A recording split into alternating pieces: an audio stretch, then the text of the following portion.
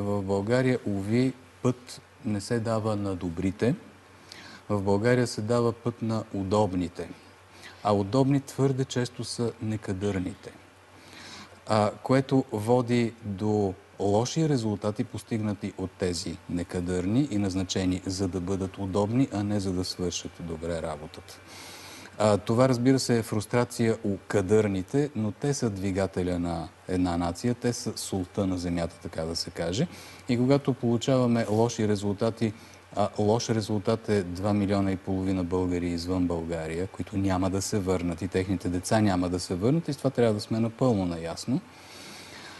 Когато имаме такова усещане за лошавост на нашия живот, то още веднъж не е от материалните условия на живота ни.